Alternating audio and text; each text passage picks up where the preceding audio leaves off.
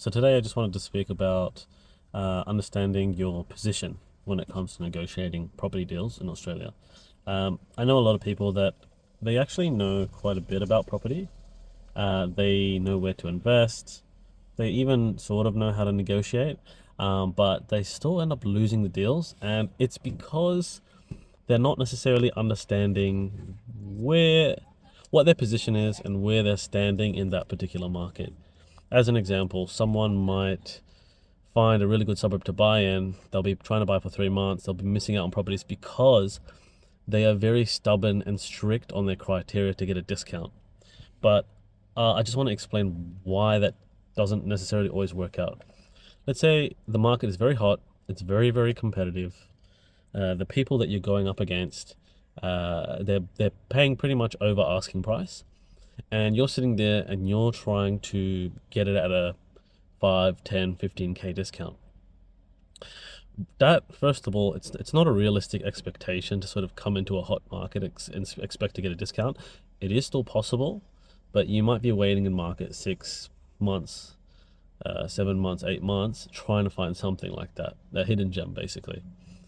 Now, if you, let's say, as an example, went in, offered a reasonable price, knowing that everyone is going to offer over the asking price.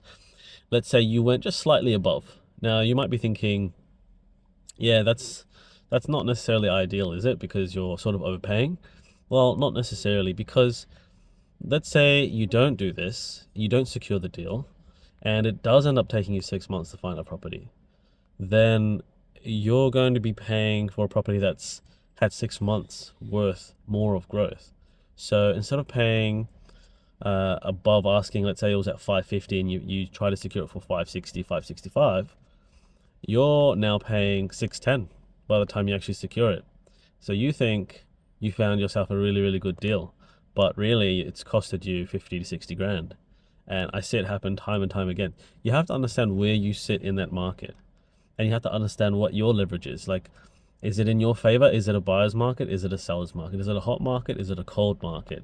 Do you have other options on the table? If you have other options on the table, then maybe you can sort of negotiate it a bit harder. But most of the time, people have one opportunity at a time, and they, yeah, they just they waste the opportunity. It's much better to buy in slightly higher right now in a moving market than it is 6 to 12 months later. Always. You're always going to pay more. So I think there's something a lot of people just need to remind themselves about when it comes to investing into property in Australia, how we see it time and time again.